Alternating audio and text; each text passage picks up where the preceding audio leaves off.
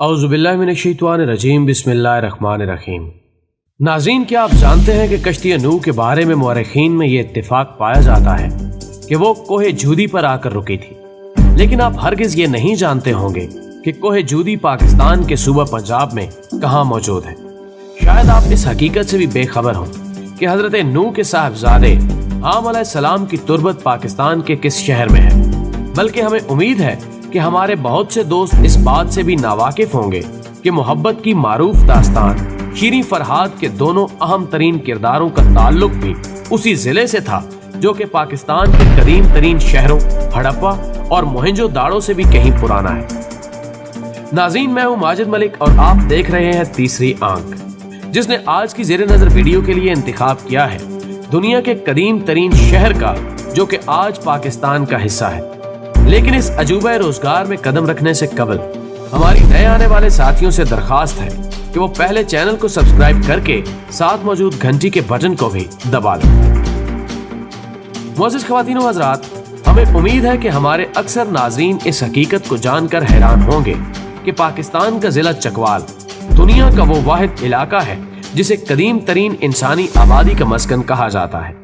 اس کی تحصیل چوہ سیدن شاہ میں موجود کٹاس راج، جس کا ذکر 300 سال قبل مسیح میں لکھی جانے والی مہا بھارت میں بھی موجود ہے، ہزاروں سال قدیم تاریخ کی شہادت دے رہا ہے۔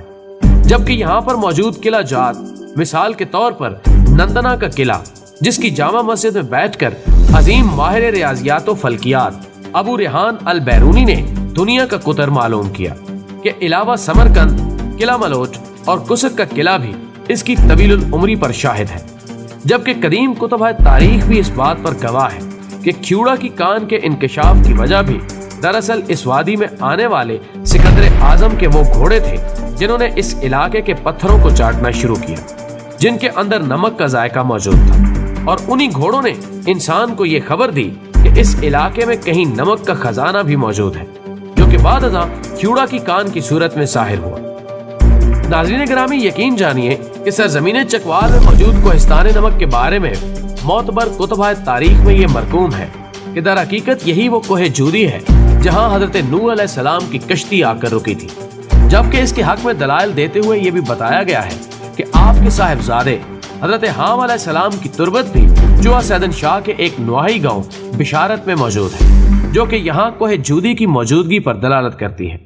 بلکہ ماہر آثار قدیمہ پروفیسر احمد حسن دانی کے مطابق یہ وہ قدیم ترین خطہ زمین ہے جہاں کئی ہزار سال پہلے انسانی بستی آباد تھی، جبکہ ضلع چکوال کے ایک گاؤں بن امیر خاتون کو یہ اعزاز بھی حاصل ہے کہ یہاں سے ایسے فاسلز برآمد ہوئے ہیں جن کے بارے میں دنیا کی جدید ترین لیبارٹریوں کا دعویٰ ہے کہ یہ 5 لاکھ سال تک پرانے ہو سکتے ہیں، اور یہ آج بھی کلر کہار کے میوزیم میں موجود ہے تاکہ آنے والے سیاح ان نادر فاسلز کو دیکھ سکیں۔ محترم ناظرین، اس کے علاوہ بھی اس ضلع کو یہ امتیازی خصوصیت حاصل ہے کہ بر صغیر میں جتنے بھی حملہ آور داخل ہوئے ان میں سے 98% ایسے تھے جو درہ خیبر سے گزر کر ڈھوک پٹھان اور پھر بھون یا کلر کہار سے گزر کر پانی پت کے میدان یا دہلی تک پہنچ سکے۔ سو اس حوالے سے کہا جا سکتا ہے کہ اس کی زمین بر صغیر کے بیشتر بادشاہوں کے قدم بھی چوم چکی ہے، جبکہ اگر تصوف کے حوالے سے دیکھا جائے تو بھی اپنے زمانے کے قدآور صوفیاء نے اسی زمین کو اپنا مسکن بنایا۔ کہا جاتا ہے کہ ایک زمانے میں کٹاس راج میں جنوبی ایشیا کی واحد یونیورسٹی ہوا کرتی تھی، جہاں سے البیرونی نے 2 سال تک سنسکرت کی تعلیم حاصل کی، جبکہ قلعہ ملوٹ کے ساتھ وڈالہ نامی ایک گاؤں آج بھی موجود ہے جہاں 4 سال تک اس نے قیام کیا۔ ناظرین، اس کے علاوہ یہ حیرت انگیز خبر بھی آپ کے لیے حیرانی کا باعث ہوگی کہ لازوال رومانوی داستان شیریں فرہاد کے ہیرو اور ہیروئن کا تعلق بھی چکوال کے موضع نیلا سے تھا، جو کہ اس دور میں باقاعدہ ایک اسٹیٹ ہوا کرتی تھی، اور تاریخی حقائق کے مطابق آج جہاں بلندی پر تھانہ نیلا کی عمارت ہے، اس کے نیچے شاہ نیلا کا محل ہوا کرتا تھا، جہاں سے گزرنے والا دریائے سواں کا پانی اب بھی ایک مخصوص بھنور کی صورت وہاں سے گزر کر اس واقعے کی یاد دلاتا ہے۔ کہا جاتا ہے کہ جب فرہاد کو شیریں کے مرنے کی جھوٹی اطلاع دی گئی تو اس نے اپنے ہی تیشے سے خودکشی کر لی، لیکن جب شیریں کو اپنے محبوب کی خودکشی کی حقیقی اطلاع ملی تو اس نے محل کی دیوار سے دریا میں چھلانگ لگا کر اپنی جان دے دی، اور یوں دونوں کے لاشیں آپس میں مل گئیں، جن کو بعد ازاں ایک دوسرے سے جدا نہ کیا جا سکا، اور بالآخر دونوں کو ایک ہی قبر میں دفن کر دیا گیا، جو آج بھی نیلا میں موجود ہے، جس کو دیکھنے کے لیے دور دراز سے اب بھی سیاح آتے ہیں۔ چکوال کی قدامت کے بارے میں اور بھی کئی ایک ناقابل تردید حقائق موجود ہیں، لیکن افسوس اسے علمی بددیانتی ہی کہا جا سکتا ہے کہ اس کے روشن تاریخی پہلوؤں کو ہمیشہ نظر انداز کیا گیا۔